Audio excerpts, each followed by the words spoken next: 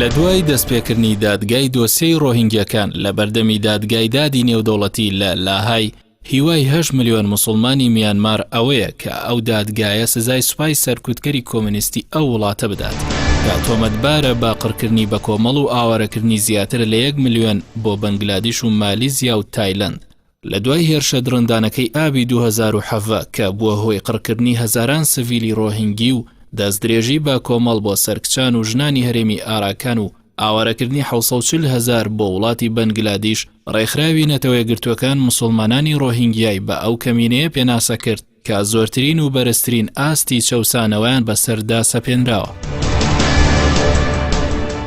گەرچی ئانسان سۆچی سەرۆکی وەزیرانی میانمار پێشتر وەکو ئۆپۆسیۆنێکی دەست بەسەر لەلایەن زۆر ڕێکخراوی جیهانیەوە خەڵات کرا کە گرنگترینیان خەڵاتی ئاشتی نۆبڵ بوو، بەڵام لە دوای گرتنە دەستی دەسەڵات و بەرگری بەردەوامی لە سوپای سەرکوتکەری وڵاتەکەی لە ئازاری 2018دا خەڵاتی ئیلیویسلی لەلایەن مۆزەخانەی هۆلۆکۆستەوە لێسەندایەوە کە لە ساڵی 2012دا پێی بەخشی بوو.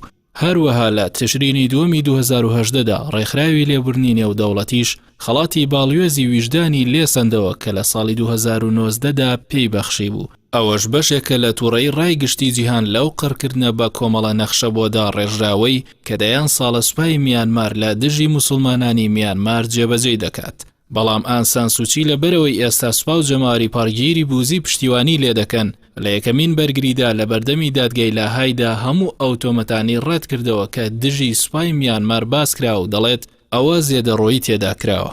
لێکۆڵەرە نێودەوڵەتیەکان داوایان کرد پەیوەندیەکان لەگەڵ ئەو کۆمپانیانەدا بپچڕێنرێت کە هاوکاری سوپای میانمار دەکەن بۆ قڕکردنی درندانی ڕۆهینگیە مسلمانەکان. ئەو لێکۆڵەرانە ڕایان گەیاندووە 7 وڵات بەردەوام چەک دەدەنە سوپای میانمار. ئەو وڵاتانەش بریتین لە ئیسرائیل و چین و کۆریای باکوور و هندستان و فلیپین و رووسیا و ئۆکرانیا. پسپۆڕی لێکۆڵەرە نێودەوڵەتیەکە کریستۆفەر سیدوتی ڕایگەیاند سوپای میانمار خاوەنی 2 کۆمپانیای گەورەیە کە کردوێتە خاوەنی سامانێکی گەورە و سربەخۆیە لە دەسەڵاتی مەدەنی، بۆیە هیچ گوێ بە راپۆرتی ڕێکخراوە نێودەوڵەتیەکان نادات.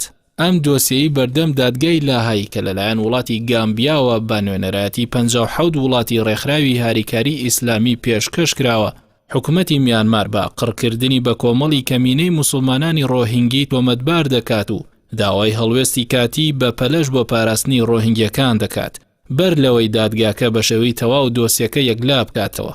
کۆی دانیشتوانی میانمار 6 ملیۆن کەسە، لە سەدا 15یان مسلمانن، بەڵام حکومەتی کۆمونیستی و زۆرینەی بوزی ئەو وڵاتە ئەو ڕێژەیە بە لە سەدا 4 لە قەڵەم دەدەن. مسلمانان لا چەندنەتەوە ڕەگەزێک پێک هاتوون کە ڕۆهینگیەکان یەکێکن لەو ڕەگەزانە.